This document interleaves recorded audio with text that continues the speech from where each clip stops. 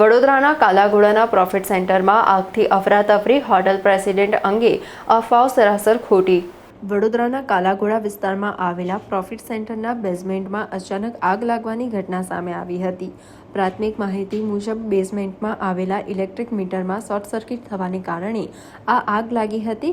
આગનો ધુમાડો નજીકમાં આવેલી હોટલ પ્રેસિડેન્ટ તરફથી બહાર નીકળતો દેખાતા લોકોમાં હોટલમાં આગ લાગી હોવાની ગેરસમજ અને અફવાઓ પસરી ગઈ હતી.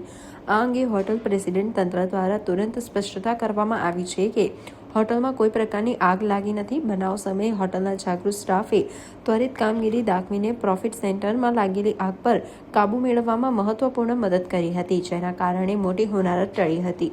હોટલ તંત્રએ ગ્રાહકો અને નાગરિકોને અફવાઓથી ગેરમાર્ગે ન દોરવાના અપીલ કરી છે. હાલમાં હોટલ પ્રેસિડેન્ટ રાબેતા મુજબ ધમધમી રહી છે અને રેસ્ટોરન્ટ, રૂમ બુકિંગ સહિતની તમામ સેવાઓ યથાવત રીતે ચાલુ છે.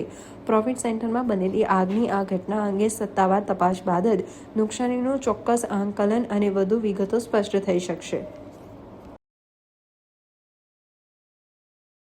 આજે સવારે જે આગની ઘટના બની હતી તે એકચ્યુઅલી આગની ઘટના કોફી સેન્ટરના બેઝમેન્ટમાં થઈ હતી અને ત્યાંથી બેઝમેન્ટમાંથી શોર્ટ સર્કિટના હિસાબે બહાર આવવાની સાઈડે થતી હતી.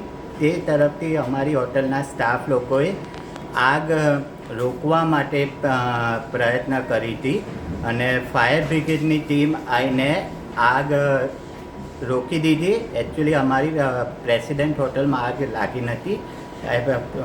આગ જે લાગી હતી એકચ્યુઅલી એ બાજુના કોમ્પ્લેક્સમાં જે કોફી સેન્ટર છે ત્યાં આગળ આગ લાગી હતી. અમે તો ખાલી એને રોકવાનો પ્રયત્ન કર્યો. હાલ અત્યારે શું સ્થિતિ છે? હાલ અત્યારે ટોટલી વર્કિંગ કન્ડિશન છે. તમે પણ જોઈ શકો છો, બધી હોટલ ચાલુ છે, રેસ્ટોરન્ટ ચાલુ છે, ગેસ પણ મૂવમેન્ટ થાય છે, બધું વર્કિંગ કન્ડિશનમાં છે. તમારું નામ? ધવલ પટેલ.